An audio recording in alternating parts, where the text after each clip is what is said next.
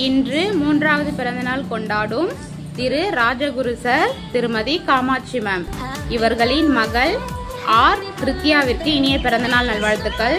பிறந்தநாளை முன்னிட்டு நமது எழுச்சித்தளிர் சிறப்பு பள்ளி மாணவர்களுக்கு 3 வேளையும் உணவு வழங்கியதற்கு நன்றியை தெரிவித்துக் கொள்கிறோம்.